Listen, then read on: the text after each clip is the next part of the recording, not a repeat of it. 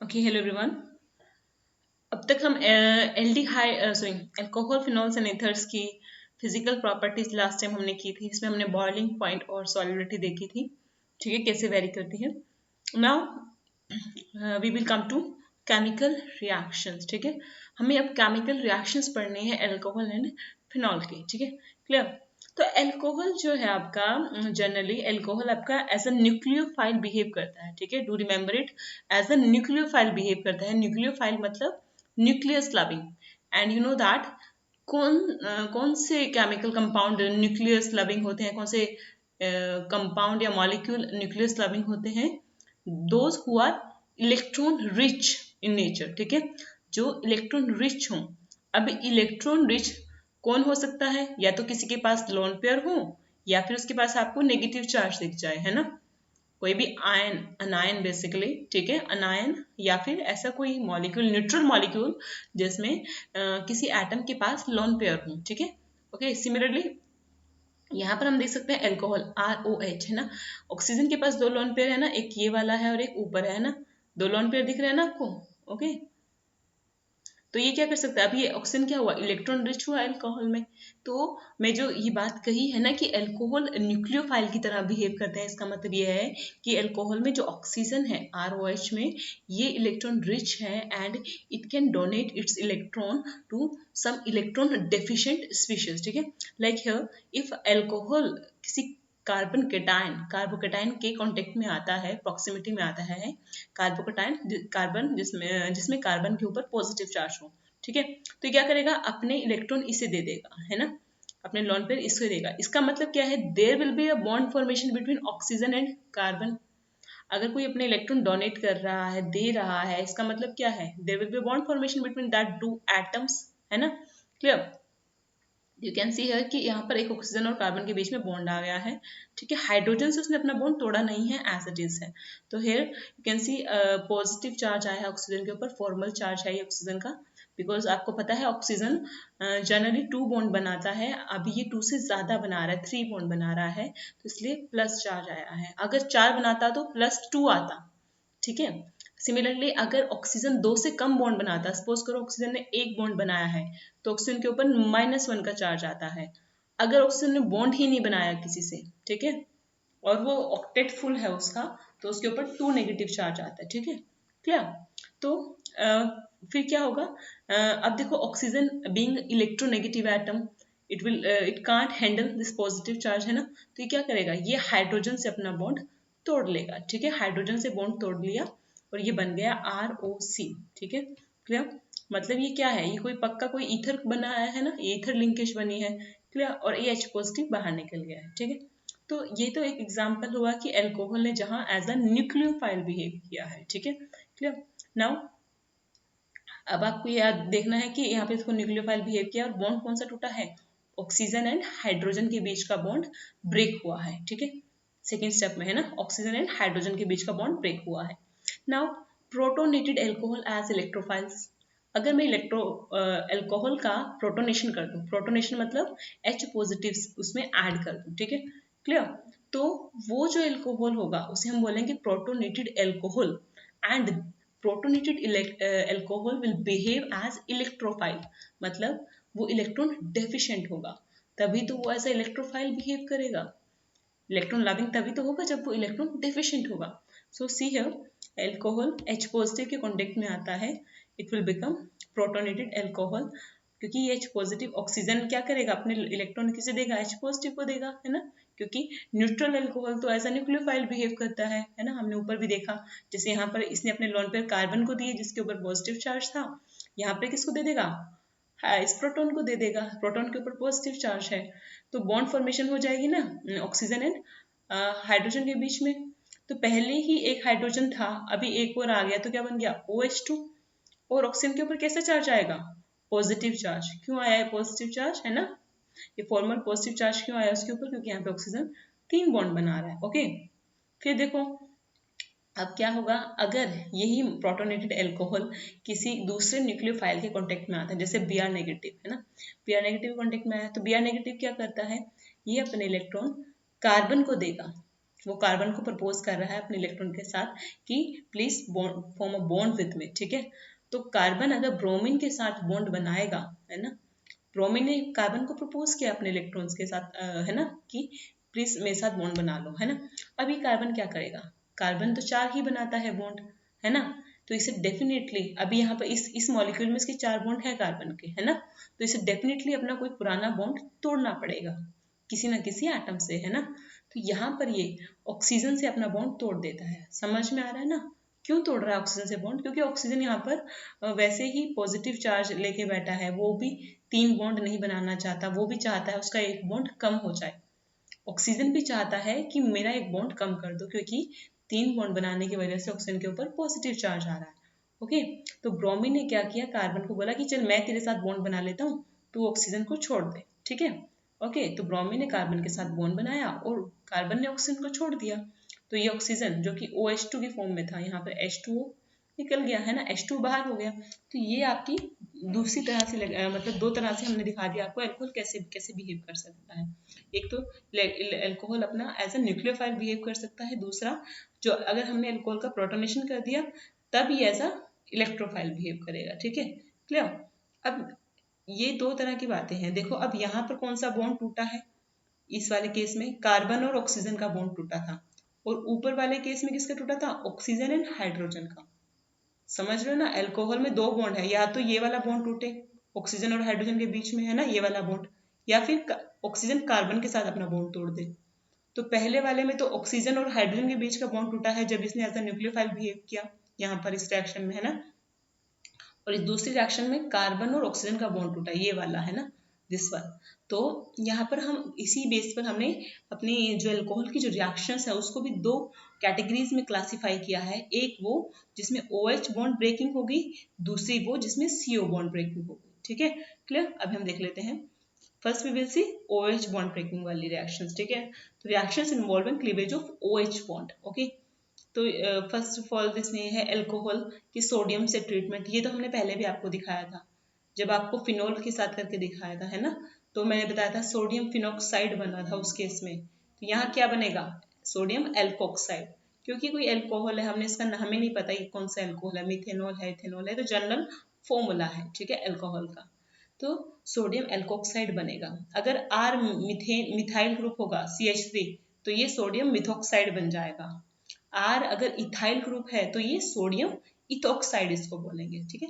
साथ में hydrogen gas इवोल्ट हो जाएगी, क्लियर। दूसरा है टर्शरी ब्यूटाइल अल्कोहल। अभी अल्कोहल कौन सा लिया है, टर्शरी ब्यूटाइल अल्कोहल, है ना। अब टर्शरी तो पता ना कैसे है, ये OH ऐसे कार्बन से अटैच है जो फर्दर 3 कार्बन से अटैच है, ठीक है, क्लियर। अगर आप इसको अल्यूमिनियम से ट्रीट करते हैं, ठीक है, तो ये बनाएगा अल्यूमिनियम टर्शरी ब्यूटॉक्साइड, ठीक है, ओके, अल्यूमिनियम टर्शरी ब्यूटॉक्साइड, और हाइड्रोजन इसमें से बाहर निकल जाएगा H2 के फॉर्म में। ये वही हाइड्रोजन है जो यहाँ पर था। ये OH बॉन्ड की क्लीवेज देख रहे हैं ना, ऑक्सीजन और हाइड्रोजन का बॉन्ड टूटा है, और जो हाइड्रोजन यहाँ पर होगी वो H2 की फॉर्म में बाहर निकल जाएगी, ठीक है। नेक्स्ट है आपकी नेक्स्ट है आपकी ये वाली रिएक्शन, सेम है, ऊपर पहली वाली रिएक्शन की जैसी है। फिनोल की मेटल से ट्रीटमेंट, सोडियम, इसमें एल्यूमिनियम से करी थी, इसमें सोडियम से कर दिया है ना। तो यहाँ पर भी आपका वही सोडियम फिनॉक्साइड बन गया है और H2 बन गया है, ठीक है, क्लियर। अब देखो ये जो रिएक्शन है ये फिनोल और सोडियम, है ना। अभी इसको हम थोड़ा सा और एक एडवांस लेवल पे हमने पढ़ा। हमने फिनोल की रिएक्शन कराई सोडियम हाइड्रोक्साइड के साथ NaOH, ठीक है। NaOH के साथ रिएक्ट करा के हमें एक तो सॉल्ट मिला है, that is your sodium phenoxide, ये आपका सॉल्ट है, ठीक है, सोडियम फिनॉक्साइड, ठीक है। और साथ में मिला है वाटर, ठीक है। तो हमने इस रिएक्शन से इंटरप्रेट किया कि सोडियम ये NaOH तो बेस है मेरा, मतलब अगर मैं फिनोल को बेस से ट्रीट कर रही हूँ तो सोल्ट प्लस वाटर बन रहा है। इफ यू रिमेंबर हमने क्लास 10th में हम ये पढ़ते हैं कि जब भी हम एसिड और बेस की रिएक्शन है ना, न्यूट्रलाइजेशन रिएक्शन, है ना, एसिड और बेस को जब भी रिएक्ट कराया जाता है तो सोल्ट प्लस वाटर बनता है। तो मतलब ये फिनोल क्या होगा, ये फिनोल क्या हो सकता है आपका, एसिड, क्योंकि NaOH तो बेस है ना। अगर बेस किसी चीज के साथ मिलकर सोल्ट प्लस वाटर बना रहा है, sodium phenoxide is a salt, है ना, तो इट मीन्स जिसके साथ NaOH ने रिएक्ट किया है वो क्या है, वो एक एसिड है, तो मतलब फिनॉल आपका एक एसिड है। तो ये रिएक्शन ने हमको एक हिंट दिया कि फिनॉल जो है वो एसिडिक होता है, ठीक है क्लियर। तो इससे हमें पता चला कि जो अल्कोहल एंड फिनॉल्स हैं ये क्वाइट एसिडिक होते हैं नेचर में, ठीक है। अब देखो इनफैक्ट कहते हैं कि अल्कोहल एंड फिनॉल्स जो ब्रोंस्टेड बेस एसिड्स भी हैं, ठीक है। अब देखो ब्रोंस्टेड एसिड कैसे हैं ये, मान लो कोई बेस किसी अल्कोहल के कांटेक्ट में आता है, बेस है ना, नेगेटिव चार्ज है और इलेक्ट्रॉन रिच है। ऑब्वियसली बेस क्या होता है, इलेक्ट्रॉन रिच तो होता है वो, उसकी टेंडेंसी होती है प्रोटॉन को एब्स्ट्रैक्ट करने की, है ना। तो वो अल्कोहल में से देखो इस रिएक्शन में H को एब्स्ट्रैक्ट कर रहा है, बाहर निकाल रहा है। एब्स्ट्रैक्ट करना मतलब अल्कोहल में से बाहर निकालेगा और खुद उसके साथ बॉन्ड बना लेगा, ठीक है। तो इसने बेस ने क्या किया, हाइड्रोजन को यहाँ से निकाला और हाइड्रोजन के साथ बॉन्ड बना लिया BH, ठीक है। और यहाँ पर ये अब हाइड्रोजन जो है वो बेस के साथ चला गया है ना, तो हाइड्रोजन ने क्या किया, मैं तो जा रहा हूँ बेस के साथ, तू अपने इलेक्ट्रॉन पकड़। हाइड्रोजन ने ऑक्सीजन को क्या कहा कि मैं तो बेस के साथ जा रहा हूँ। बेस ने उसे प्रपोज किया ना, बेस इलेक्ट्रॉन लेके आया हाइड्रोजन के पास। बेस ने बोला कि please form a bond with me, है ना, ठीक है। तो हाइड्रोजन ने क्या किया, फिर हाइड्रोजन को उसने उसका प्रपोजल एक्सेप्ट किया है, ठीक है। अब वो क्या कह रहा है कि I will form bond with base, ठीक है। तो मैं तो बेस के साथ बॉन्ड बना हूँ, तू अपने इलेक्ट्रॉन पकड़। तो उसने ये इलेक्ट्रॉन बॉन्ड के किसको दे दिया, ऑक्सीजन को ही ट्रांसफर कर दिया हाइड्रोजन ने, ठीक है क्लियर। तो ऑक्सीजन के ऊपर नेगेटिव चार्ज आ गया, ठीक है। अब यहाँ पे दो टर्म्स आप देखोगे, तो बोलते हैं कंजुगेट एसिड, एक होता है कंजुगेट बेस, ठीक है। तो जब भी आपकी बेस और एसिड के साथ रिएक्शन होती है तो इन केस आपके पास एक कंजुगेट एसिड और कंजुगेट बेस मिल सकता है आपको।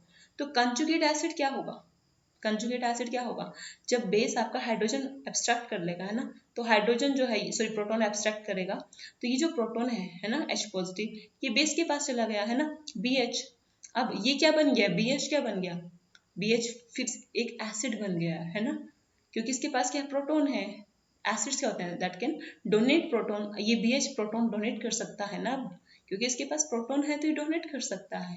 तो ये बना है, इसको हम बोलते हैं कंजुगेट एसिड। कंजुगेट क्यों बोला, क्योंकि एक एसिड से जब आपने प्रोटॉन एब्स्ट्रैक्ट कर लिया, तो किसी बेस ने किसी एसिड से प्रोटॉन एब्स्ट्रैक्ट कर लिया, तो एब्स्ट्रैक्ट करने के बाद ये जो BH बना है ये भी एक एसिड है, ठीक है। तो एक एसिड से दूसरा एसिड बनाया गया ना, तो दैट्स अ कंजुगेट एसिड, ठीक है। सिमिलरली ये बेस था, इसने हाइड्रोजन एब्स्ट्रैक्ट किया ना, ये खुद तो एसिड बन गया BH, है ना। तो ये बचा हुआ पार्ट OR नेगेटिव, ये क्या बना है, ये बेस बना है, इसे हम बोलते हैं कंजुगेट बेस। क्योंकि अब ये इसके पास इतना पोटेंशियल है कि ये किसी एसिड से प्रोटॉन एब्स्ट्रैक्ट कर सकता है, that is why we call it conjugate base, okay. Now we will study about acidity of alcohol. क्या कैसे देखते हैं अल्कोहल की एसिडिटी को, कि कौन सा ज़्यादा एसिडिक होगा कौन सा कम। तो always remember primary alcohols are more acidic as compared to secondary, and tertiary alcohols are least acidic. Even there is a huge difference between secondary and tertiary alcohol, ठीक है, in their acidity, ठीक है। acidity के terms में अगर आप देखो, in the terms of acidity there is a huge difference between secondary and tertiary alcohol. So can you tell me the reason behind this order? So we need to understand it, है ना, properly. तो हम क्या करते हैं, हम चलते हैं अपने इस वाले डायग्राम पर, ठीक है। देखो this is the primary alcohol, this is the secondary alcohol and this is the tertiary alcohol. Now here मैंने स्ट्रक्चर को ओपन किया है, ठीक है, इसका कोर्स जानने के लिए कि क्यों प्राइमरी अल्कोहल ज़्यादा एसिडिक है सेकेंडरी से और सेकेंडरी ज़्यादा एसिडिक है टर्शियरी से, मैंने स्ट्रक्चर्स को ओपन कर लिया। Now you can see here कि ये OH OH OH सबके पास है। फर्क क्या है, यहाँ पर कार्बन के पास R ग्रुप है। R क्या होता है, R मतलब कोई एल्काइल ग्रुप, ठीक है। R is any alkyl group, ठीक है। एल्काइल ग्रुप क्या होते हैं आपके, जो ये R है ये इलेक्ट्रॉन डोनेटिंग ग्रुप है, लिख लेना इसको EDG। सारे alkyl group ethyl methyl propyl सब क्या है, इलेक्ट्रॉन डोनेटिंग ग्रुप है। फिनाइल नहीं है, ठीक है, फिनाइल एल्काइल नहीं होता, फिनाइल हम अराइल बोलते हैं, वो एरोमेटिक है ना कंपाउंड, तो उसको क्या बोलते हैं, अराइल, ARYL, ठीक है। इनको ये जो आपके एल्केन से जो ग्रुप बना है ना, चाहे मिथेन से मिथाइल, इथेन से इथाइल, है ना, उनको हम एल्काइल ग्रुप बोलते हैं। ये इलेक्ट्रॉन डोनेटिंग ग्रुप है, मतलब इनकी टेंडेंसी होती है इलेक्ट्रॉन डोनेट करने की, ठीक है क्लियर। अब देखो एसिडिटी का मतलब क्या है, कि अगर मैं बोलूँ कि ज़्यादा एसिडिक है, इसका मतलब ये है कि इस ऑक्सीजन की H पॉजिटिव है ना, सॉरी, H पॉजिटिव रिलीज करने की जो टेंडेंसी है वो ज्यादा है ना, ये इसका मतलब तो यही है। तो ये H पॉजिटिव कब एब्स्ट्रैक्ट करेगा, सॉरी रिलीज करेगा, जब ये इस बॉन्ड के इलेक्ट्रॉन खुद ले ले, है ना। हाइड्रोजन क्या करे, इसके इस बॉन्ड के इलेक्ट्रॉन इस ऑक्सीजन को ही दे दे और हाइड्रोजन कैसे निकल जाए, हाइड्रोजन निकल जाए H पॉजिटिव की फॉर्म में, क्योंकि हाइड्रोजन इलेक्ट्रॉन लेके नहीं जा रहा है, ठीक है। H पॉजिटिव ही आपका प्रोटॉन है, ठीक है। हाइड्रोजन के पास कोई इलेक्ट्रॉन नहीं, जो इस दो बॉन्ड में दो इलेक्ट्रॉन थे वो उसने किसको दिए हैं, ऑक्सीजन को देती है, ठीक है। ओके, अब एक बात मेरी बताओ, इधर से इलेक्ट्रॉन मिल रहे हैं ऑक्सीजन को, है ना। अगर यहाँ पर इलेक्ट्रॉन डोनेटिंग ग्रुप लगा है ना, तो मतलब यहाँ से भी ये इसको देगा कार्बन को, और कार्बन इलेक्ट्रॉन किसको देगा, ऑक्सीजन को देगा, मतलब कार्बन को यहाँ से भी इलेक्ट्रॉन मिल रहा है, दोनों साइड से इलेक्ट्रॉन मिल रहा है ना। अब आओ सेकेंडरी पर, यहाँ से इलेक्ट्रॉन मिलेगा, है ना, और यहाँ से भी मिलेगा और कार्बन को इस एल्काइल ग्रुप से, और इधर से भी मिलेगा। अब यहाँ पे आ जाओ, यहाँ से मिल रहा है, इस ग्रुप से इलेक्ट्रॉन मिल रहे हैं, इस वाले से मिल रहे हैं थ्रू इंडक्टिव इफेक्ट, ठीक है। ये जो इलेक्ट्रॉन डोनेटिंग इफेक्ट हो रहा है, ये थ्रू इंडक्टिव इफेक्ट हो रहा है। यू कैन सी हियर कि यहाँ पर इलेक्ट्रॉन डोनेशन कैसे हो रही है ना, इतना ज्यादा, अगर इसे बोलते हैं हम कि अगर नेगेटिव चार्ज इंटेंसिफाई हो रहा है, इंटेंसिफाई मतलब ज्यादा हो रहा है, तो it will leads to some डिस्टेबिलिटी, ठीक है, it will destabilise the system, ठीक है। अगर आप पॉजिटिव चार्ज को ज्यादा करो, इंटेंसिफाई करो, या फिर आप नेगेटिव चार्ज को इंटेंसिफाई करो ज्यादा, है ना, तो वो स्ट्रक्चर में स्टेबिलिटी नहीं लाता है, ठीक है, स्ट्रक्चर को डिस्टेबलाइज करता है। तो अगर मैं ज्यादा अल्काइल ग्रुप करूंगी, अल्काइल ग्रुप लगा के इसके ऊपर नेगेटिव चार्ज को ज्यादा बढ़ाऊंगी, तो ऑब्वियसली डेफिनेटली ये ऑक्सीजन क्या करेगा, इस हाइड्रोजन से नहीं लेगा इलेक्ट्रॉन, है ना। अब एक ही जगह से तो ले सकता है, मैं कहूँगी तो यहाँ से भी ले ले, वहां से भी ले ले, है ना। तो हाइड्रोजन की, सॉरी, जो ऑक्सीजन की हाइड्रोजन से इलेक्ट्रॉन लेने की जो टेंडेंसी है वो कम हो जाएगी, समझ रहे हो कि नहीं, मतलब ऑक्सीजन H पॉजिटिव रिलीज करने की जो टेंडेंसी है वो कम हो जाएगी। क्यों, क्योंकि अगर उसके पास ज्यादा इलेक्ट्रॉन डोनेटिंग ग्रुप लगे हैं। अब एक बात बताओ, पहले मेरे पास दो ऑप्शन है, या तो मैं इस हाइड्रोजन से हेल्प ले लूँ, या फिर मैं इस अल्फाइल ग्रुप से हेल्प ले लूँ, है ना, ठीक है। अभी क्या है कि चलो मैं दोनों में से किसी से ले सकती हूँ, क्वाइट स्टेबल, ठीक है।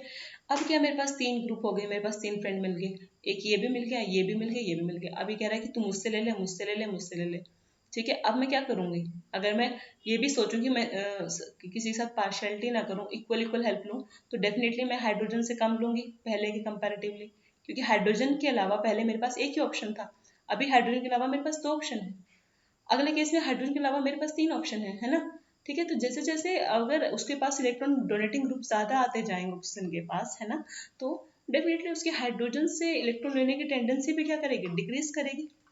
मतलब ये अल्कोहल जो है वो H पॉजिटिव को डोनेट इजिली नहीं कर पाएगा, है ना। तो that is why acidity decrease कर जाती है, प्राइमरी अल्कोहल की सबसे ज्यादा एसिडिटी है देन सेकेंडरी अल्कोहल के, इवन सेकेंडरी और टर्शरी अल्कोहल के बीच में ह्यूज डिफरेंस है उनके एसिडिटी का, ठीक है। मतलब secondary alcohol is much more acidic as compare to tertiary alcohol is very negligibly acidic, ठीक है। Okay, clear. Next come to okay, अब देखो यहाँ पर अल्कोहल्स यहाँ पे एक रिएक्शन किया है बेस को किसी आर ओ नेगेटिव को, R O negative is a base, ठीक है, वाटर से ट्रीट किया है। यू कैन सी हियर कि ये आर ओ नेगेटिव क्या कर रहा है, वाटर से प्रोटॉन को एब्स्ट्रैक्ट कर रहा है, बन गया क्या, आर ओ एच। ये प्रोटॉन जो उसने एब्स्ट्रैक्ट किया है ना, कौन सा नहीं चल रहा क्या, ओके, ये नहीं चल रहा। ये जो H लगा है ना, आर ओ एच है ना, ये H जो उसने एब्स्ट्रैक्ट किया वाटर से किया और ये बन गया ओ एच नेगेटिव, ठीक है। ओके, ओ एच नेगेटिव बन रहा है, कंजुगेट बेस बन रहा है, ठीक है। तो यहाँ पर हमें पता चला कि ये जो आपका पानी है, पानी जो है आपका, ये अल्कोहल से ज्यादा एसिडिक है, क्योंकि जो ये कंजुगेट बेस बन रहा है ना इसका, ये कंजुगेट बेस इसका स्ट्रांग है, ठीक है, सॉरी वीक है। ओके, जिसका जो एसिड स्ट्रांग होता है उसका यस, हाँ, जो एसिड स्ट्रांग होता है कंजुगेट बेस वीक होता है। Okay, clear. अब देखो यहाँ पर ये जो है हमें पता चल गया कि हमारा जो वाटर है वो आपका अल्कोहल से ज्यादा एसिडिक है, ठीक है, मतलब अल्कोहल वाटर के कंपैरेटिवली कम एसिडिक है, क्योंकि अल्कोहल जो है वो एक बेटर प्रोटॉन डोनर है, ठीक है, प्रोटॉन डोनेट इजीली कर पा रहा है अल्कोहल या कंपैरेटिवली, दैट इज व्हाई वो अच्छा एसिड है, ठीक है।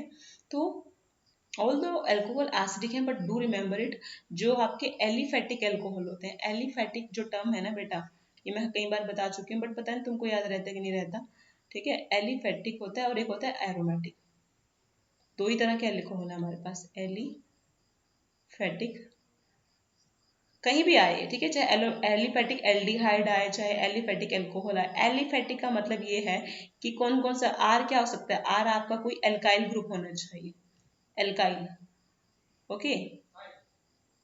अगर मैं बोलती हूँ एरोमेटिक अल्कोहल है, ठीक है, एरोमेटिक अल्कोहल है, इट मीन्स आपका जो ये आर होगा, it must be some aryl group, okay, aryl group, R आपका क्या होगा, कोई अराइल ग्रुप होगा। अराइल मतलब कोई बेंजीन रिंग, ठीक है, फिनाइल जिसको हम बोलते हैं, और भी हो सकते हैं, बट अभी के लिए आप सिर्फ इसी पे फोकस रहो तो काफी है, ठीक है। और भी है एरोमेटिक सिस्टम, बट तुम्हारे पर्पस के लिए तुम फिनाइल ग्रुप को भी याद कर लो, ठीक है, ये बेंजीन है, ये बेंजीन होती है, बट जब ये एज अ सब्सटेंट प्रेजेंट है कहीं पर, एज अ सब्सटेंट मतलब ये किसी से अटैच है, तो ये एज अ सब्सटेंट है ना, तब हम इसको बोलते हैं phenyl, okay, you do remember it. अब मैं बार बार नहीं बताऊंगी, चीजों को थोड़ा सा ध्यान रखा करो, फिर पता नहीं, मुझे ऐसा तो लगता है, पता नहीं तुमको याद भी रहता है कि नहीं रहता। तो आर मतलब एल्काइल अगर है तो एलिफेटिक है, अगर अराइल है तो एरोमेटिक है, क्लियर। अब एल्काइल में क्या हो सकता है, एल्काइल में आपका कुछ भी हो सकता है, CH3 मिथाइल है ना, फिर और क्या हो सकता है, C2H5 इथाइल, फिर C3H7, sorry C3H7, that is your propyl, anything है ना, similarly butyl, pentyl, hexyl, it can be है ना समथिंग। तो दो तरह के हैं, ठीक है।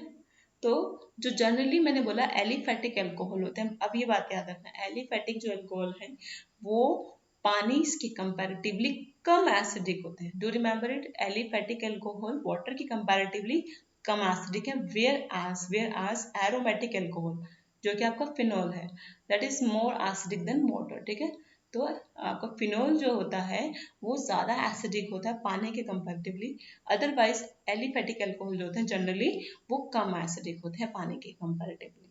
उसके बाद है एसिडिटी ऑफ फिनॉल, ठीक है, वाई, अब क्वेश्चन तो उठ गया ना, सवाल तो आया होगा मन में, क्यों फिनॉल पानी से ज्यादा एसिडिक है, जबकि ऑलमोस्ट सारे एलिफेटिक अल्कोहल्स जो है वो पानी से कम एसिडिक है, ठीक है। तो इसका रीजन है इसके स्ट्रक्चर में, फिनॉल के स्ट्रक्चर में इसका रीजन है, you can see here phenol मतलब बेंजीन रिंग के ऊपर OH है ना, अगर अगर ये as an acid behave, sorry as an acid behave करता है, इसका मतलब क्या है, इसका मतलब ये है कि अपना H पॉजिटिव डोनेट कर सकता है ना, ओके, ओके।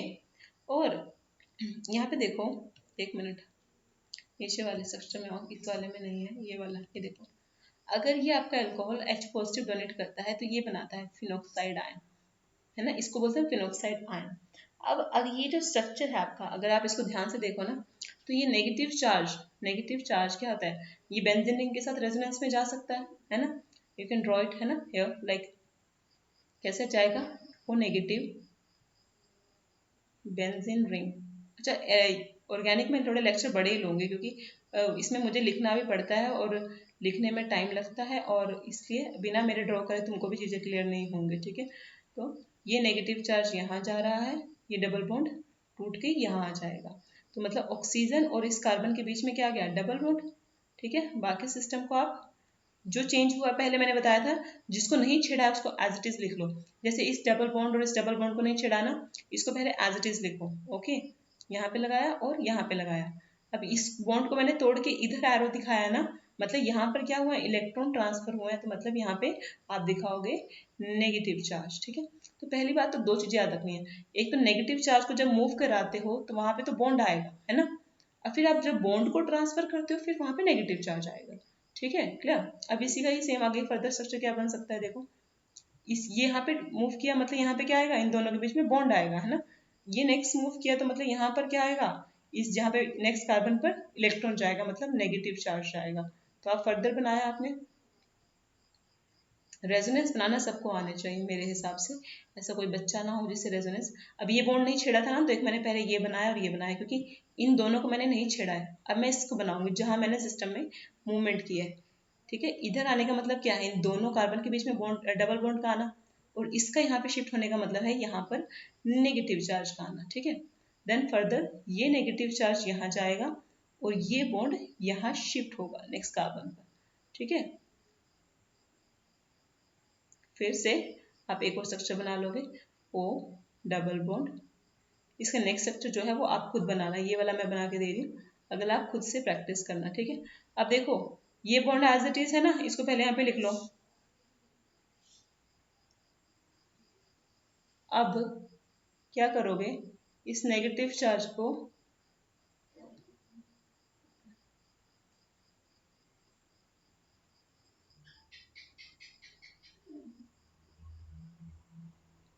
ओके तो ऑल दो एक तो रेजोनेंस की वजह से, और ये जो कार्बन है ये sp2 हाइब्रिडाइज है, आपको यू नो दैट है ना। बेंजीन रिंग का जो कार्बन होता है वो उनके हाइब्रिडाइजेशन अगर आप निकाल के देखो sp2 है, एंड वी नो दैट कि sp2 hybridize carbon is more electronegative than sp3। अगर एलिफैटिक सिस्टम होता तो कार्बन कौन सा होता है, sp3 हाइब्रिडाइज।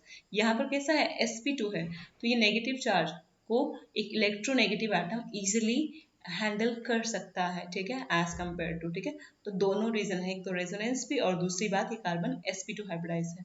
ठीक है, डन। तो फर्स्ट ऑफ ऑल तो ये रीजन है। एक ये आप ये भी आप क्या बोलते हैं, ये वाला स्ट्रक्चर्स भी आप प्रैक्टिस कर लेना। ठीक है, ये फिनोल की रेजोनेंस दिखा रखी है कि फिनोल खुद अपने ऑक्सीजन के इलेक्ट्रॉन के साथ ये जो बेंजीन रिंग है वो कैसे रेजोनेंस में जाती है, वो सब यहाँ पर एक्सप्लेन किया है। ठीक है, ये आप खुद देख सकते हो, कोई इतना बड़ी बात नहीं है इसमें। एंड वी नो दैट कि जितने ज्यादा किसी के रेजोनेंस स्ट्रक्चर होते हैं उतनी ज्यादा सिस्टम में स्टेबिलिटी आएगी। ठीक है, जितना ज्यादा स्ट्रक्चर होगा उतनी ज्यादा स्टेबिलिटी आएगी। और अगर मैं इस किसी फिनॉल के केस में अगर मैं बेंजीन रिंग के ऊपर, डू रिमेम्बर इट, अगर मैं बेंजीन रिंग के ऊपर कोई इलेक्ट्रॉन विथड्रॉइंग ग्रुप अटैच कर दूं, ठीक है, बेंजीन रिंग के ऊपर मैंने कोई इलेक्ट्रॉन विथड्रॉइंग ग्रुप अटैच किया है, तो उस सब्स्टिट्यूएंट से, जो भी इलेक्ट्रॉन विथड्रॉइंग ग्रुप मैंने अटैच किया है, उस सब्स्टिट्यूएंट से फिनोल की एसिडिटी पे क्या इफेक्ट पड़ेगा। ठीक है, तो ये भी हम देख सकते हैं। देखो हम देख रहे हैं कि जब phenol as an acid behave कर, it will change into phenoxide ion, है ना, and this phenoxide ion has negative charge on oxygen atom and then further on benzene ring. ठीक है, अगर मैं बेंजीन रिंग पर, अगर आप देखो नेगेटिव चार्ज कहाँ कहाँ आ रहा है, ऑर्थो और पैरा पोजिशन पे आ रहा है। Do remember it, ortho para position पे आ रहा है। अगर मैं यहाँ पर बेंजीन रिंग में कोई इलेक्ट्रॉन विथड्रॉइंग ग्रुप अटैच कर दूं, तो वो क्या करेगा, वो इलेक्ट्रॉन विथड्रॉइंग ग्रुप इस इलेक्ट्रॉन को अपनी तरफ खींचेगा, है ना। तो डेफिनेटली इससे क्या होगा, सिस्टम में स्टेबिलिटी आएगी कि नहीं आएगी, है ना। अगर नेगेटिव चार्ज जितना ज्यादा आप मतलब अगर एक पार्टिकुलर एटम पे ही नेगेटिव चार्ज है, तो डेफिनेटली वो एटम डिस्टेबलाइज फील करेगा। अगर वो नेगेटिव चार्ज जितना ज्यादा मूव करेगा स्ट्रक्चर में, जितना ज्यादा वो मूव करेगा, ठीक है, ओके, उतना ज्यादा वो स्ट्रक्चर स्टेबल होगा। ठीक है, अगर मैं यहाँ पर कोई इलेक्ट्रॉन विथड्रॉइंग ग्रुप जैसे NO2, do remember NO2, nitro is a electron withdrawing group, है ना। अभी दो तो आपको याद हो जाना चाहिए, इलेक्ट्रॉन डोनेटिंग ग्रुप मैंने बताया था एल्काइल, है ना, जितने भी एल्काइल ग्रुप्स हैं they all are electron donating in nature. Electron withdrawing का भी एक याद रख लो NO2। ठीक है, धीरे धीरे बताते जाऊंगे, सारे साइनाइड है, COOH है, CH जो है, all these are electron withdrawing group. ठीक है, क्लियर। तो अगर मैं बेंजीन रिंग के ऊपर फिनोल के केस में कोई इलेक्ट्रॉन विथड्रॉइंग ग्रुप लगाती हूँ, तो डेफिनेटली वो क्या करेगा, इस फिनोक्साइड आयन को, जब वो फिनोल H पॉजिटिव डोनेट करेगा, फिनोक्साइड आयन में चेंज होगा, तो इस फिनोक्साइड आयन को वो स्टेबलाइज करेगा। ठीक है, तो इससे उस फिनोल की एसिडिटी बढ़ जाती है, इंक्रीज कर जाती है। ठीक है, क्योंकि जो फिनोक्साइड आयन अगर ज्यादा स्टेबल हो रहा है, तो फिनोल H पॉजिटिव को उतनी रेडिली लूज करेगा, उतनी रेडिली प्रोवाइड करेगा या गिव करेगा या रिलीज करेगा, but ever you can say, okay. ठीक है, बट अगर मैं बेंजीन रिंग के ऊपर, फिनोल में बेंजीन रिंग के ऊपर इलेक्ट्रॉन डोनेटिंग ग्रुप लगा देती हूँ, देन देन इफेक्ट रिवर्स होगा। ओके, इफेक्ट रिवर्स हो जाएगा। इलेक्ट्रॉन विथड्रॉइंग ग्रुप जो होते हैं वो बेंजीन रिंग पे जो नेगेटिव चार्ज है उसको स्टेबलाइज करता है, जबकि इलेक्ट्रॉन डोनेटिंग ग्रुप इसको स्टेबलाइज नहीं करेगा, वो डिस्टेबलाइज करेगा। पहले बेंजीन के ऊपर नेगेटिव चार्ज है ना, तुमने उल्टा और उसके ऊपर क्या लगा दिया, इलेक्ट्रॉन डोनेटिंग ग्रुप लगा दिए, तो तुम उस नेगेटिव चार्ज को इंटेंसिफाई कर रहे हो, डिस्पर्स नहीं कर रहे हो। हमने नेगेटिव चार्ज को इंटेंसिफाई नहीं करना है, ठीक है, बढ़ाना नहीं है नेगेटिव चार्ज को, हमने उसको डिस्पर्स करना है, उसका इफेक्ट को कम करना है। जितना उसका इफेक्ट कम होगा उतना ज्यादा स्टेबलाइज होगा system. Okay clear? Okay then ये दोनों इफेक्ट आप सब्सटेंट का इफेक्ट याद रखना फिनोल की एसिडिटी पे, इंपॉर्टेंट है। इवन ये क्वेश्चन बहुत फ्रिक्वेंटली आता है, why phenol is more acidic then water या देन एलिफैटिक एल्कोहल्स, ठीक है, ये बहुत पेट क्वेश्चन है एग्जामिनर का, अगर ये भी नहीं आता तो फिर गए पानी में, ठीक है। अब एक चीज और याद रख लेना, बस सिंपल सी बात है, पीके वैल्यूज और एसिडिटी के बीच में क्या रिलेशन है, कि अगर किसी की पीके वैल्यूज ज्यादा है तो एसिडिटी कम होगी या ज्यादा होगी। पीके क्या था, माइनस लो के, है ना, 11th में पढ़ा होगा हिंडरसन इक्वेशन में पीके और पीएच का रिलेशन हम पढ़ते हैं, ठीक है। तो याद रखना, अगर किसी भी अल्कोहल की या कोई भी ऑर्गेनिक कंपाउंड है उसकी पीके वैल्यू ज्यादा है ना, अगर पीके वैल्यू ज्यादा है तो पीके वैल्यू और एसिडिटी के बीच में इनवर्स रिलेशन है। कैसे है इनवर्स रिलेशन, मतलब अगर पीके वैल्यू ज्यादा है तो एसिडिटी कम होती है, ठीक है। अगर पीके वैल्यू कम है तो एसिडिटी ज्यादा होगी। देखो यहाँ पर पीके वैल्यू दी हुई है ना, मान लो आपसे पूछ, आपको पीके वैल्यू दे दी क्वेश्चन में, बोला ऑर्थोनाइट्रोफिनॉल की 7.2 है और फिनोल की बोला 10 है, और पैरा क्रिसोल, क्रिसोल याद है ना, जब फिनोल के ऊपर CH3 ग्रुप लगेगा तो उसे हम क्रिसोल बोलते हैं। अगर ऑर्थो पे CH3 लगा है तो ऑर्थो क्रिसोल, मेटा पे लगा है तो मेटा क्रिसोल, अगर पैरा पोजिशन पे लगा है तो पैरा क्रिसोल, ठीक है। CH3 ग्रुप लगेगा फिनोल के ऊपर तो क्रिसोल, ओके। और CH3 इलेक्ट्रॉन डोनेटिंग ग्रुप है, ठीक है, डू रिमेम्बर इट, ओके। और अगर पैरा क्रिसोल की बात करूं तो पैरा क्रिसोल की वैल्यू है पीके वैल्यू 10.2, तो क्वेश्चन आएगा arrange them in the increasing order of their acidic strength. तो आप कैसे अरेंज करोगे इन तीन कंपाउंड्स को, जैसे मैंने बताया अभी आपको कि उनकी पीके वैल्यूज दे दी है और आपको बोला है एसिडिक स्ट्रेंथ के अकॉर्डिंग इंक्रीजिंग ऑर्डर में अरेंज कीजिए, ठीक है। तो आपने देखना है जिसकी पीके कम है मतलब वो ज्यादा एसिडिक है, तो ऑर्थोनाइट्रोफिनोल जैसे यहाँ पे 7.2 सबसे कम है पीके वैल्यू, तो मतलब ये सबसे ज्यादा एसिडिक है। सिमिलरली फिर फिनोल का है 10, तो फिनोल इससे कम एसिडिक होगा, है ना, क्योंकि फिनोल की पीके वैल्यू ज्यादा है तो मतलब फिनोल ऑर्थोनाइट्रोफिनोल से कम एसिडिक होगा। अगर आप मैं पैराक्रिसोल की बात करूँ तो 10.2 ज्यादा आ रही है ना पीके वैल्यू, तो मतलब ये फिनोल से भी कम एसिडिक होगा, ठीक है। तो ऐसे आप एसिडिक स्ट्रेंथ और पीके वैल्यूज में रिलेशन बना के आंसर कर सकते हो, ठीक है। अब जैसे यहाँ पे क्वेश्चन है, ये अटेम्प्ट करके देखना, ठीक है, सारे इसी कंसेप्ट पे हैं कि इनको increasing order of their acid strength में लगाओ, ठीक है, आपको दे रखे हैं। और एक चीज और मैं बता दूं, जैसे मैंने बताया कि इलेक्ट्रॉन विथड्रॉइंग ग्रुप क्या करते हैं, एसिडिक स्ट्रेंथ को इंक्रीज करते हैं, है ना। तो जितने ज्यादा इलेक्ट्रॉन विथड्रॉइंग ग्रुप लगे होंगे ना बेंजीन रिंग के ऊपर, फिनोल के केस में जितने ज्यादा इलेक्ट्रॉन विथड्रॉइंग ग्रुप लगे होंगे उतनी ज्यादा उस कंपाउंड की, उस ऑर्गेनिक कंपाउंड की एसिडिक स्ट्रेंथ होगी, ठीक है। जितने ज्यादा इलेक्ट्रॉन विथड्रॉइंग ग्रुप हैं उतना ज्यादा वो नेगेटिव चार्ज को डिस्पर्स करेंगे, उतना ज्यादा वो फिनोक्साइड आयन को स्टेबलाइज करेंगे और उतना ज्यादा हमारा फिनोल एसिडिक होगा, ठीक है। तो जैसे यहाँ पे है 2,4,6 ट्राई नाइट्रोफिनोल और यहाँ पे सिर्फ 3 नाइट्रोफिनोल, तो आप इमेजिन कर सकते हो, है ना। और एक और चीज याद रखना, ये जो इलेक्ट्रॉन विथड्रॉइंग ग्रुप है या इलेक्ट्रॉन डोनेटिंग ग्रुप है, इनका इफेक्ट ज्यादा कहाँ होता है, ऑर्थो और पैरा पोजीशन पे देखने को मिलेगा आपको, ठीक है। मतलब मैं बता दूं यहाँ पे, जैसे नेगेटिव चार्ज कहाँ आ रहा है, ऑर्थो और पैरा पे आ रहा है ना, तो अगर कोई ग्रुप मान लो इलेक्ट्रॉन विथड्रॉइंग ग्रुप मान लो यहाँ पे लगा है NO2, यहाँ पे क्या लगा है, यहाँ पे मैंने दिखा दिया NO2, ठीक है। और मैं दूसरे कोई कंपाउंड ले रही हूँ, ये दूसरा ले रही हूँ, बैटरी क्यों लो हो गई है, एक मिनट, चार्जिंग हो गई।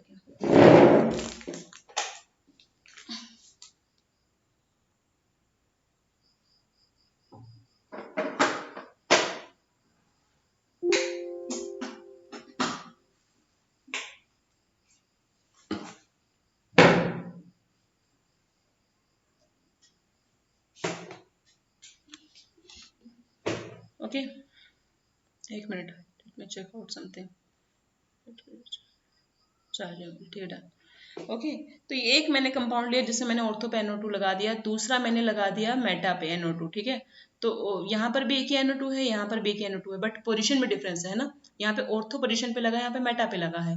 तो मैंने बताया कि अगर ऑर्थो और पैरा पोजीशन पे वेदर इलेक्ट्रॉन डोनेटिंग ग्रुप लगा हो फिनॉल के केस में, या फिर इलेक्ट्रॉन विथड्रॉइंग ग्रुप लगा हो, उसका इफेक्ट ऑर्थो और पैरा पोजीशन पर ज्यादा होगा एज कंपेयर टू मेटा, ठीक है, क्लियर। क्योंकि ऑर्थो और पैरा पोजीशन पे आपने देखा रेजोनेंस स्ट्रक्चर ड्रॉ करके नेगेटिव चार्ज आ रहा है, पैरा मेटा पोजीशन पे नेगेटिव चार्ज नहीं आता, ठीक है, इस केस में नहीं आ रहा। ओके, तो अगर ये नेगेटिव चार्ज के मतलब जिस पोजीशन पे नेगेटिव चार्ज है उसी पोजीशन पर कोई इलेक्ट्रॉन विथड्रॉइंग ग्रुप लग जाए तो डेफिनेटली वहां उसका जो इफेक्ट होगा वो ज्यादा होगा as compare to meta position, ठीक है। तो इन दोनों में अगर मैं पूछूंगी किसकी एसिडिक स्ट्रेंथ ज्यादा होगी, तो डेफिनेटली ऑर्थो सब्स्टिट्यूटेड जो आपका फिनॉल है जिसपे ऑर्थो पोजीशन पे इलेक्ट्रॉन विथड्रॉइंग ग्रुप लगा है उसकी एसिडिटी ज्यादा होगी, ठीक है।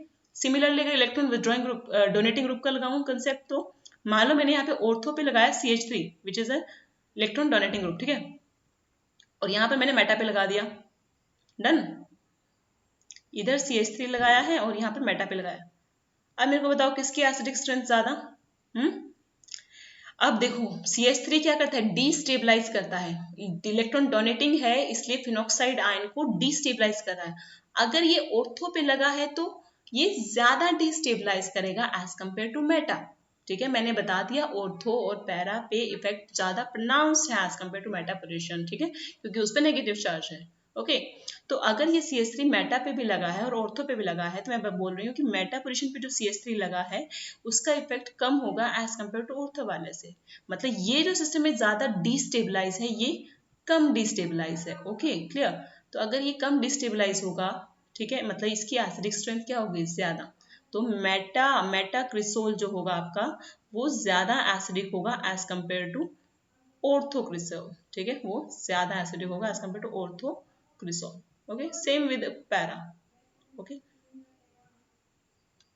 Done. Now esterification, next concept is your esterification. Esterification होता क्या है, एस्टर का फॉर्मेशन है ना।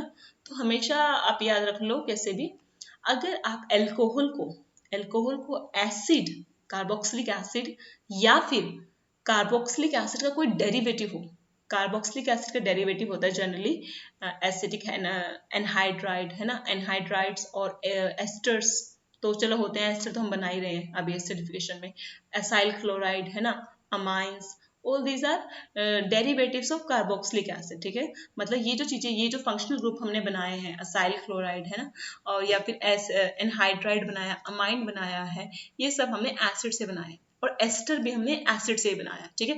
तो एस्टर बनाने के लिए क्या करना पड़ता है, एल्कोहल को किसी कार्बोक्सिलिक एसिड के साथ मिक्स करना पड़ेगा, रिएक्ट कराना पड़ेगा, तो एस्टर बनेगा और वाटर बनेगा, ठीक है। एस्टर फंक्शनल ग्रुप याद रख लो, RCOOR, ठीक है, RCOOR। अभी मैं बताऊंगी कैसे है, इसको यहाँ पे दिखाती हूँ, वेट, हाँ ये वाली रिएक्शन, ठीक है। तो अभी समझने के लिए ट्रिक बता रही हूँ, ध्यान रखना। ये इसको मान लो मैंने R' लिया, मैंने कार्बोक्सिलिक एसिड लिया RCOOH, ठीक है, कोई फर्क नहीं पड़ता है, आप इसको ऐसे लिख लो, चाहे R' आप ऐसे लिखते होंगे इसको, ठीक है। तो मैंने थोड़ा सा 180 रोटेट करके लिखा है, तो कोई फर्क नहीं है, मॉलिक्यूल तो वही रहेगा ना। 180 रोटेट करने से क्या होता है, मॉलिक्यूल थोड़ा ना चेंज हो जाएगा, RCOOH, ठीक है, RCOOH, ये वही है, ठीक है। इसको आपने ऐसे देखा होगा, मैंने इसको 180 डिग्री रोटेट करके लिखा है सिर्फ समझाने के पर्पज से, ठीक है। तो अगर एल्कोहल से ट्रीट कराते हैं तो मैं आपको ट्रिक बता रही हूँ कैसे एस्टर बनाना है, ठीक है। तो एसिड देखो H अपना H रिलीज करेगा ना, एल्कोहल का OH निकालो, इसका H निकालो, ठीक है। एल्कोहल का ये ट्रिक है, ठीक है, रिएक्शन ऐसे होती नहीं, आप पेपर में मत लिखाना कि इसका OH निकल रहा है, इसका H निकल रहा है। ओके, ये सिर्फ जस्ट अभी तो रिएक्शंस आपको याद नहीं रहेंगी, अभी तो ये अल्कोहल्स चल रहा है, इसके बाद एल्डिहाइड वाला चैप्टर भी है, उसके बाद अमाइंस वाला चैप्टर भी है, 4 चैप्टर्स आपके फुल केमिकल रिएक्शन से भरे पड़े हैं, ठीक है। तो यहाँ पर आपको ट्रिक्स तो याद करनी पड़ेंगी, ठीक है, क्योंकि इतनी रिएक्शंस आपको एज सच याद नहीं होने वाली, किसी कोई हाँ कोई एक्स्ट्रा ऑर्डिनरी है वो कर सकता है, नो डाउट। किसी को नई ट्रिक्स चाहिए जो एज इट इज याद कर सकता है वो कर ले, बट जिसको ट्रिक्स की जरूरत पड़ती है वो ऐसे याद कर लेना, ठीक है। तो ओ एच यहाँ से निकालो, एच यहाँ से निकालो, ठीक है। आर ओ, बचा क्या, ये दो तो निकल गए, इसका बॉन्ड बना दो किससे, इससे सीधा, ठीक है। इन दोनों को निकाल दिया, H2O बन गया, इसका बॉन्ड किससे बना होगा, सीधा ऑक्सीजन से। फिर बाकी मॉलिक्यूल को एज इट इज लिख दीजिए, ROCOR डैश, ठीक है, क्लियर। तो इसको मैं कैसे भी लिख सकती हूँ, है ना, इसको मैं और कैसे लिख सकती हूँ, R डैश 180 डिग्री रोटेट करके, थोड़ा सा सीधा सा लगेगा ना, ये मैंने उल्टा लिखा हुआ है, कोई फर्क नहीं अगर आप ऐसे भी लिख दो, मतलब गलत नहीं होता, बट ये कि देखने में समझने में आपको थोड़ा इजी रहेगा।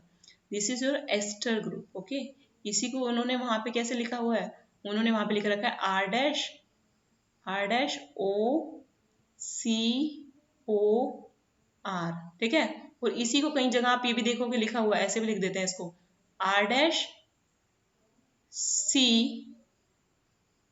COOR, ठीक है। तो कंफ्यूज नहीं होना चाहिए, ऐसा लिखा दिख रहा है या फिर ऐसा लिखा हुआ दिख रहा है मतलब एस्टर है, या फिर ऐसा लिखा हुआ दिख रहा है तो एस्टर है, ओके। तो यहाँ पे लिंकेज बस इतना याद रखना, C डबल बॉन्ड O, फिर ऑक्सीजन से एक एल्काइल ग्रुप अटैच होगा, कोई एल्काइल अराइल।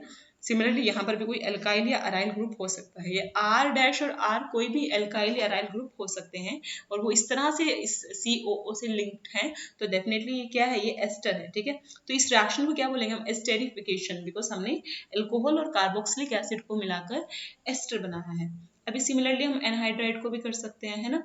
अब मैंने नेक्स्ट रिएक्शन करी है, ये एनहाइड्राइड है, ठीक है। ये भी कार्बोक्सिलिक एसिड से बनाया जाता है, कार्बोक्सिलिक एसिड डेरिवेटिव है ये। आप नेक्स्ट चैप्टर में थोड़ा इसके इन सब चीज़ों के बारे में भी पढ़ोगे जब एल्डिहाइड और कार्बोक्सिलिक एसिड्स करेंगे। अगर आप इन्हें इसकी रिएक्शन कराई अल्कोहल से, ठीक है, यहाँ पर आपको क्या ट्रिक याद करनी है, आपको ये बॉन्ड क्लिप करो R का OH के साथ और एक ये बॉन्ड क्लिप कर दो, ठीक है। इसमें अब ये सिमेट्रिकल है, R सेम है, कोई सा भी क्लिप कर दो, चाहे ये वाला कर दो चाहे ये वाला कर दो, मैंने ये वाला तोड़ दिया है, ठीक है। ये वाला अगर मैंने बॉन्ड तोड़ दिया, इसका मतलब क्या है, इसका मतलब ये है कि यहाँ पर ये बॉन्ड नहीं रहा, ठीक है, ये अलग हो गया, ये अलग हो गया। सिमिलरली अगर मैंने ये बॉन्ड तोड़ दिया है तो इसका मतलब क्या है कि यहाँ पर इन दोनों के बीच में बॉन्ड नहीं रहा, ठीक है। अब देखो क्या करना है आपने, एक को तो ये जो टूटा हुआ पोर्शन है ये वाला, इसको तो कहाँ लेके जाओ, एक को तो लेके जाओ आप किसी इस पे OH पे, ठीक है। इसको तो OH पे लेके जाओगे, जिसमें कार्बन के पास एक ही ऑक्सीजन है उसको तो OH के पास लेके जाओ, जिसमें कार्बन के पास दो ऑक्सीजन है, ठीक है, उसको R डैश के पास लेके जाओ, ठीक है। ये ट्रिक बता रही हूँ, जिसमें कार्बन के पास एक ऑक्सीजन है उसको OH के पास लेके जाओ, सो दैट कि इसमें भी कार्बन के पास दो ऑक्सीजन हो जाए, और ये जो कार्बन है जिसके पास ऑलरेडी दो ऑक्सीजन है उसको लेके जाओ ये एल्काइल ग्रुप के पास, ठीक है। तो क्या बन जाएगा, RCOOR डैश, RCOOR डैश, और सिमिलरली ये RCOOH, है ना, क्लियर। तो ये आपका क्या बना है, this one is your ester, ये आपका एस्टर है, ठीक है। और सेकंड आपका क्या बना है, सेकंड कंपाउंड क्या है, ये RCOOH, ये आपका एक कार्बोक्सिलिक एसिड है, कार्बोक्सिलिक एसिड, क्लियर। इसके अलावा एक और है ट्रिक, एक और कंपाउंड सॉरी एक और मेथड है, वो भी बता देती हूँ। एक और मेथड देखो, अल्कोहल की ट्रीटमेंट है एसिड क्लोराइड के साथ, ठीक है। इसे असाइल क्लोराइड भी बोलते हैं, acyl chloride, okay. Acid chloride भी बोलते हैं, असाइल क्लोराइड भी बोलते हैं। This is your acyl group, this is RCO, acyl, okay. अब देखो अगर आपने अल्कोहल की रिएक्शन कराई असाइल से, ठीक है, तो पहले तो मैं इसको थोड़ा सा मैंने उल्टा करके लिखा है 180 डिग्री करके, ये मैंने सिर्फ समझाने के पर्पज से, इसका H निकालो अल्कोहल का और इसका क्लोरीन निकाल दो, समझाने के लिए, ठीक है। ट्रिक है, HCl निकाल दिया, HCl बाहर हो गया, ठीक है। नाउ रिमेनिंग का क्या करो, इसको कहाँ बॉन्ड करोगे, इसका बॉन्ड बना दो जो बचा हुआ इधर, ठीक है, इसको यहाँ लेके जाओ, इसके साथ इसका बॉन्ड बना दो, क्या बन जाएगा देखो, बचे हुए का ROC डबल बॉन्ड O और R डैश, ठीक है। तो कार्बन को इसके साथ मैंने कनेक्ट कर दिया, बॉन्ड बना दिया, इस OR का मैंने किससे बॉन्ड बना दिया है, इस कार्बन से, ठीक है। तो R डैश COOR, ये क्या है, ये आपका एस्टर है। तो अगर आपने असाइल क्लोराइड के साथ ट्रीट किया किसी अल्कोहल को तो एक एस्टर बन रहा है, एक HCl बन रहा है। तो ये तीन मेथड है एस्टेरिफिकेशन के जो आपको आने चाहिए अच्छे से, ठीक है। उसके बाद एस्टेरिफिकेशन देखो एक और जगह का रखी इन्होंने यहाँ पे, ये आपका देखो, ये है आपका सैलिसिलिक एसिड, इसको हम क्या बोलते हैं, सैलिसिलिक एसिड। अगर फिनोल के साथ, फिनोल ये OH है, इसके साथ नेक्स्ट पोजीशन पे COOH ग्रुप भी लगाओ, कार्बोक्सिलिक ग्रुप, ठीक है, क्लियर। तो हम इसको क्या बोलते हैं, सैलिसिलिक एसिड, कॉमन नेम है सैलिसिलिक एसिड। Okay clear. अब देखो, अगर आपने इसको ट्रीट किया किसी, ये क्या है, CH3CO2O, ये क्या है, अगर तुमने ध्यान से देखा हो, ये एसिटिक एनहाइड्राइड है, जो मैंने अभी पीछे ड्रॉ किया था, कौन से वाला, ये वाला, दिस वन, यहाँ पे मैंने इसे बॉन्ड तोड़ दिया था ना। ओके, तो अगर आप देखो, अगर ये आर में, इसको अगर मैं कंबाइन करके लिखूँ ना, तो ऐसे लिखते हैं RCO ट्वाइस, RCO और यहाँ पे है O, ठीक है। अब उस वाले में R को उन्होंने मिथाइल लिया हुआ है, मिथाइल CH3CO ट्वाइस, और यहाँ पे ऑक्सीजन। ओके ठीक है, ये आपका एसिटिक एनहाइड्राइड है, देखो CH3CO2O, ये वही है, ठीक है। जब आपने इसको इससे ट्रीट किया ऐसे, ये सैलिसिलिक एसिड से, ठीक है, तो क्या होगा यहाँ पे देखो, ये जो OH की रिएक्शन करानी है इसके साथ, एसिटिक एनहाइड्राइड के साथ, ठीक है, सिमिलरली वैसे करा सकते हो जैसे मैंने वहां करवाई है, ठीक है। इसको नहीं छेड़ना है, ये रिएक्शन के साथ करानी है OH के साथ, ऊपर भी दिखाई थी ना OH के साथ इसकी रिएक्शन, तो वही होगा जैसे यहाँ पे हुआ था। जैसे कि एक एक तो क्या करेगा, जब आप इसको तोड़ोगे ना, इसको इसको भी आप ऐसे तोड़ दो, एक मिनट पेन कलर चूज करके दूसरा, जैसे CH3COO है ना, CH3COO,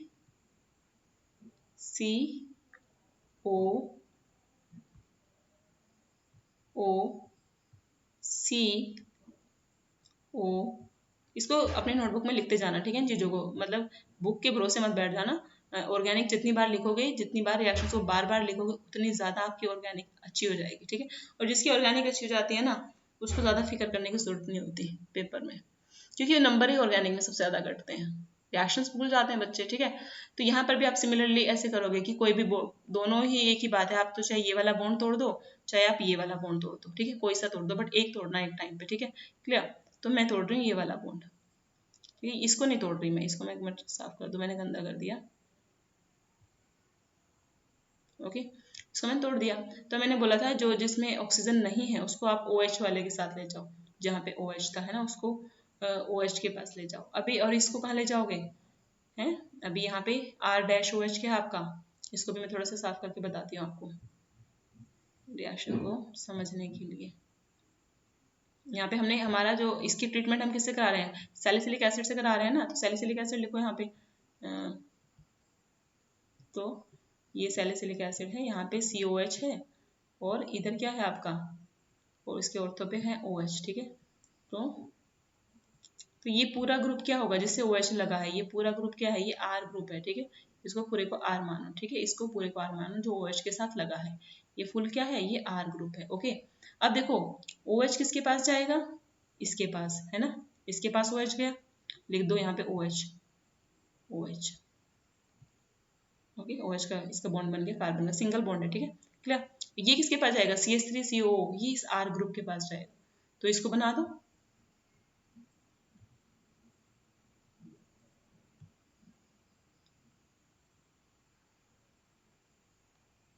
ठीक है, इसको बना दो सिंपल से, इसको बनाओ जी CH3, सॉरी पहले ऊपर वाला बना लो सारा सिस्टम, COH यहाँ पे बेंजीन रिंग बना दो, ठीक है, और यहाँ पर इसके ऑर्थो पोजीशन पे लगा दो, जहाँ पे OH था ना, बस वहाँ पे ये लगा दो, कैसे लगेगा, OCO, जहाँ से बॉन्ड टूटता है ना वहीं से बॉन्ड जोड़ना होता है, ठीक है, समझ में आ गई बात, क्योंकि यहाँ पे मैंने बॉन्ड कहाँ से तोड़ा था, ऑक्सीजन से तोड़ा था, है ना, अगर याद हो तो, इसका बॉन्ड तोड़ा था ना, इससे इस ऑक्सीजन से तोड़ा था, तो यहाँ पे ऑक्सीजन, यहाँ पे बॉन्ड ऑक्सीजन के थ्रू ही बनेगा जहाँ से बॉन्ड टूटा होता है, ठीक है, क्लियर। तो ये आपका बन गया, दिस इज योर, इसका नाम बहुत अच्छा है एस्पिरिन, ठीक है, एसिटाइल सैलिसिलिक एसिड बोलते हैं, पर इसका एक बहुत अच्छा नाम है एस्पिरिन। एस्पिरिन आपको मेडिसिन में आपने सुना भी होगा, ये वही एस्पिरिन है, ठीक है, जिसे हम एज अ मतलब फीवर में, ठीक है, इवन इन्फ्लामेशन में भी इसको सजेस्ट किया जाता है। ओके ठीक है, तो एस्पिरिन है ये आपकी, और साथ में आपका एसिटिक एसिड बन गया, ठीक है, क्लियर। अभी ये तो सारी वो रिएक्शंस थी जिसमें हमने OH बॉन्ड की क्लीवेज देखी है, ठीक है, ओके। ऑल दो ट्रिक्स के अकॉर्डिंग OH CO नहीं देखना, बट एक्चुअल मैकेनिज्म में इन जो अभी तक ये रिएक्शन है इसमें OH बॉन्ड की क्लीवेज होती थी, ठीक है। अभी जो हम रिएक्शंस देखेंगे उसमें हम CO की क्लीवेज देखेंगे, CO बॉन्ड की क्लीवेज, ठीक है, क्लियर। तो बस इसको दो कॉलम एक बना लेना, एक में आप लिखना वो रिएक्शंस, आमने सामने लिखना इनको, ठीक है। तो अभी याद आएगा इसमें OH बॉन्ड की क्लीवेज है, और अभी ये भी जो कल हम करेंगे दैट इज CO बॉन्ड की क्लीवेज वाली रिएक्शन वो, ठीक है। तो आज के लिए इतना काफी है, कल मैं ये वाली करवाऊंगी, ठीक है।